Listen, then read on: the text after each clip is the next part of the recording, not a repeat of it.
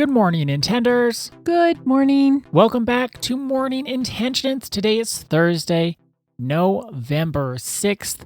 Thank you for joining us today. Thank you for joining us this week for our first week of What's Your Why?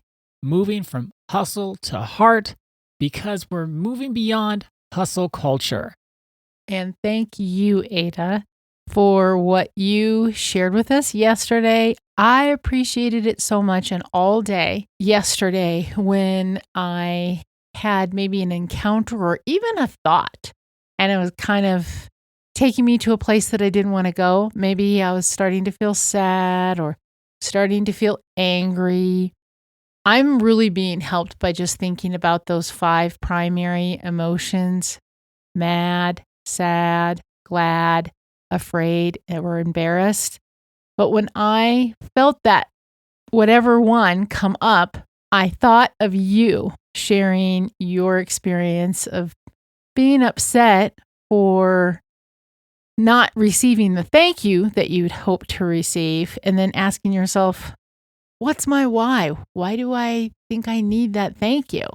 I did that all day yesterday. It was an amazing experience. I'm going to do it today too. I am. Because there's many reasons for how we feel, but I've been concentrating more on needs. And so I'm feeling this. What am I needing? What need is being met? What need is not being met? But to take it to, and what's my why? It's a great exercise. And I'm learning a lot. Already, we're 4 days in, and I'm really learning a lot. I know my life has changed just 4 days from the start of this theme. Doesn't it seem like it's been longer? It seems like it's been a month. It does. A month worth of learning, maybe. Yes, it does. But not yet a month worth of fun. And I think what you're sharing is so valuable. Just like we want to know what we're feeling at any given moment. Like anytime we want to be able to say, okay, what am I feeling right here and right now? I'm feeling, and then fill in the blank. And Annette, you just listed out the 5 basic feelings. I'm going to repeat them just so everybody's aware. Mad, sad, glad, afraid, and embarrassed.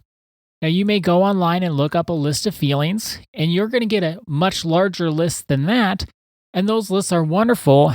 But if you haven't done a lot of feelings work, or you don't have a large feelings vocabulary, just start with those 5 basic feelings.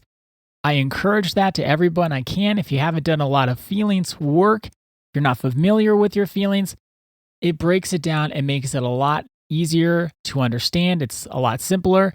And then, of course, you can always expand it out. Don't be like me, thinking that if you can't do the hardest version right away, there's something wrong with you. Well, and I'm learning through our work and our conversations with our clients, and I always learn so much from our clients as well.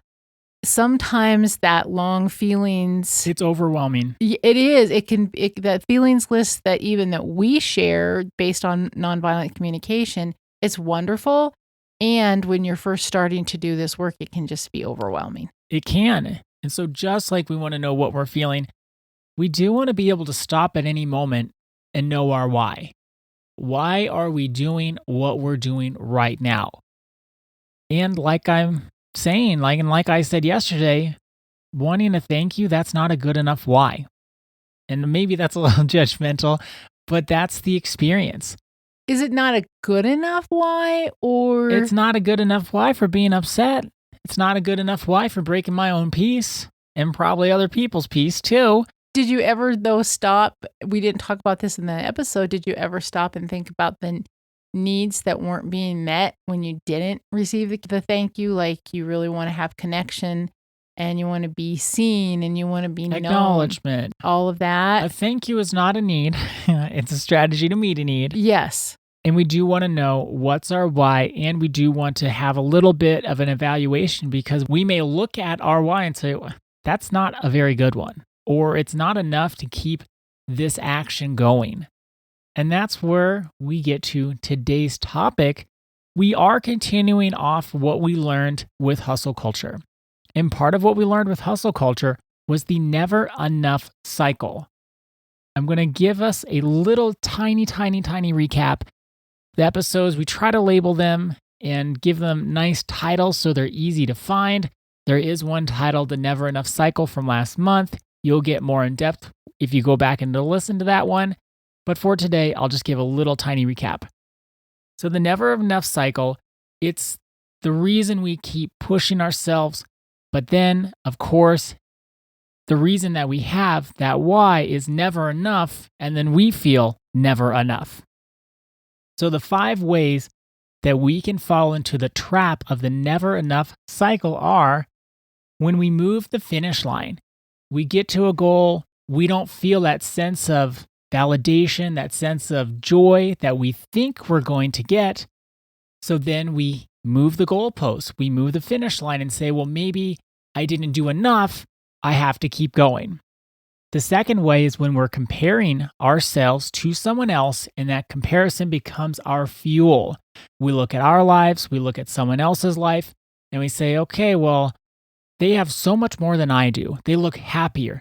They look like their marriage is so much more fulfilling for them than mine is. What am I doing wrong here? Is it me? Should I be doing something more? And then that, of course, spirals out of control. Comparison is always a trap, so watch out for that one. The next way the never enough cycle shows up is when external validation becomes the scoreboard. Are we giving just to give, or are we giving in order to get? Are we going to work and having the job that we have because other people look well on us and they say, wow, that's a really cool job. I bet you make a lot of money, or I bet you help a lot of people. Of course, those are tiny examples, but there's always a way that we can look at and say, okay, how someone else reacts to us and treats us, if we're living for that and working for that, that's how we know we're in the never enough cycle. The fourth way is when self-criticism masquerades as motivation. Oh, I'm an expert in this one, that's for sure. It's when we say, oh, if I stop and rest and take a nap because I'm so tired. Oh, but that just means I'm lazy. Only lazy people take naps.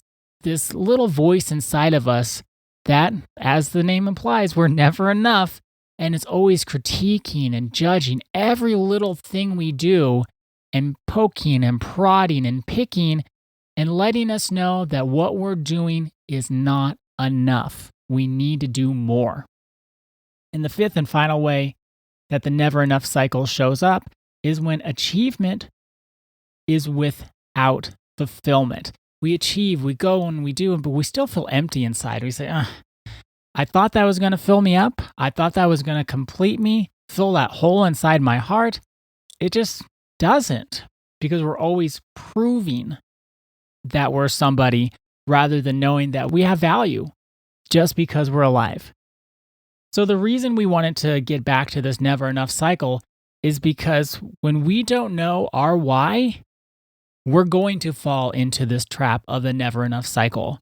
Because if we don't know our why, or it's not a good one, we're always going to look at something else to judge how we're doing or whether or not we're good enough. Living from the outside in. Absolutely. As opposed to from the inside out. We are almost out of time for today, but what I want to ask you, and instead of doing a reflection tomorrow, let's dive deep into this never enough cycle and the what is your why, because I want to know what you mean by not a good why. So let's talk about that tomorrow. Okay, I'm already looking forward to it. But for today, our intention is a reflection question. Now that it's been a few weeks since we first introduced the never enough cycle, how are you doing with it? Do you recognize when you're falling into those 5 different traps of feeling like you're never enough or what you're doing is never good enough? Reflect on that today, and as Annette said, we'll continue this conversation tomorrow. Thank you so much for joining us. Our day is better because you are part of our day. See you tomorrow. See you then.